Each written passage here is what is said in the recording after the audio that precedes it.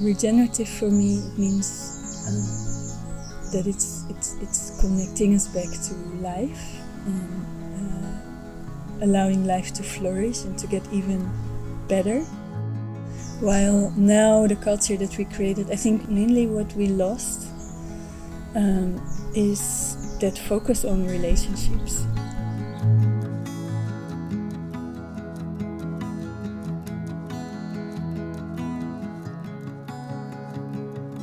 I believe definitely there should be more places like this where people can live together, live in community, support each other, have the freedom of creating their own environment, supporting themselves in an off-grid way, all of those things, living closely in relation with nature. I think all of those things are very necessary and valuable, and I really believe that this is a movement that needs to grow, but I think there must be also a lot of diversity, as there is a big diversity of people.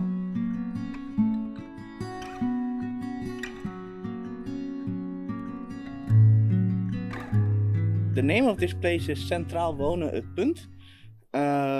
It's in existence since 1986.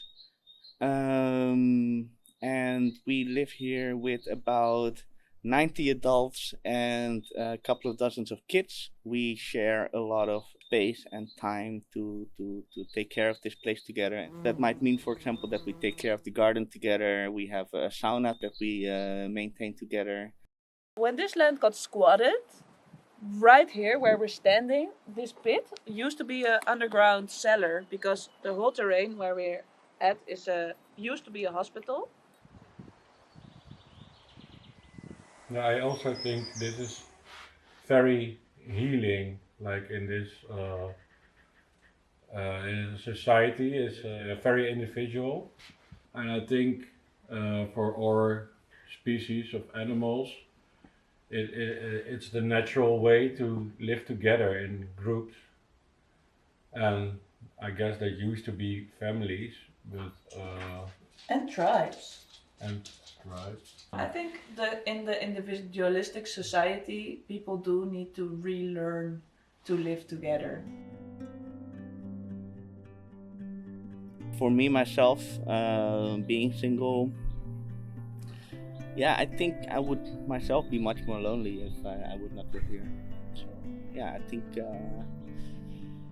in a time where it's being said that people are individualizing and becoming more lonely, spending less time with other people, I think this is a great way to push down the barriers for hanging out. Often people have this idealistic vision that we have such a nice community and it's all together and we live outside in a beautiful place, but it's also really tough. Like, the social part is tough, and also like the physical part of living here is tough.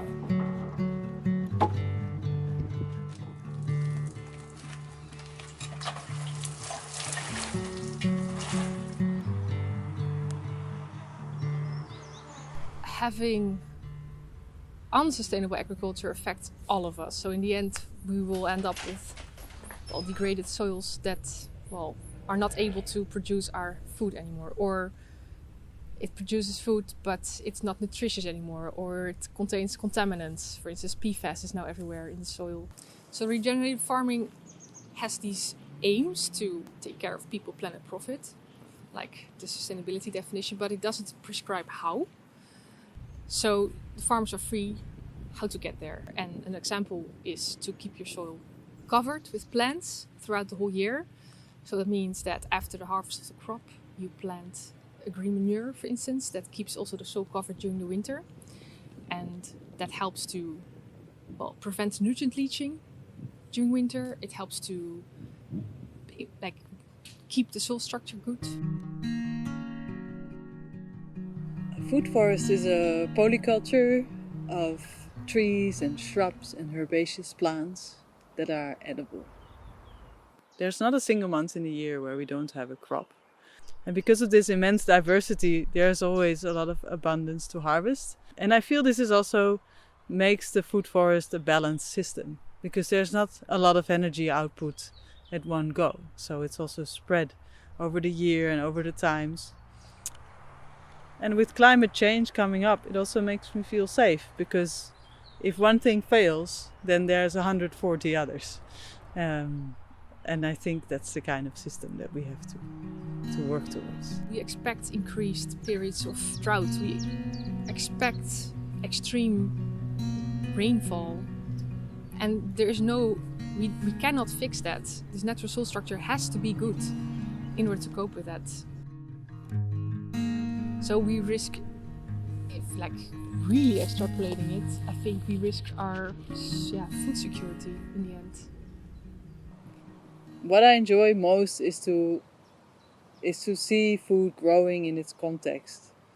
So to see plants being in a natural context, sort of performing their life in a natural way, and then being offered the gifts of that to take. That's just the most enjoyable way of eating. Compared to forcing plants to grow in a condition that is not really their own, and then taking that. I think it's one of the biggest misconceptions of our time, actually, that we somehow have managed to create this idea that humans are separate from nature, which, when you really think about it, of course, it's absurd. Even when you're on a tractor and you're using technology to farm, I do believe you're still closer to nature than a lot of people that live in cities nowadays. And I think that is maybe one of the biggest aims also of regenerative culture, is to fix that misbelief that we are somehow outside of it or onlookers towards this world, while we're in the middle of it, right? And there's so many thinkers that have made up so many solutions. And a friend of mine says, the solutions are not our problem. Because we actually have them, right? If you don't have time and you don't have community, there's not much left. No, then there's only doing and doing and doing, kind of empty doing. And that's I don't know, that's what scares me most about what I feel and see. And that scares me that I feel it too, in what I do. Even though I'm working on all these beautiful things. So I think a lot of the politics and economics right now still function from the idea that growth is limitless, which is another big illusion, that we're separate from nature. But this is another one, is that growth can be endless, which, when you really think about it, it's also absurd, because you cannot more and more and more and more, at some point it's finished, right? So we need a different paradigm. So interacting with nature and having that time with nature and being able to reflect on the connection to nature does do something. So one of our answers right now is that education is quite a big key towards reshaping human-nature relationships. And if we manage to introduce this regenerative culture in an earlier age, I think we can do a lot.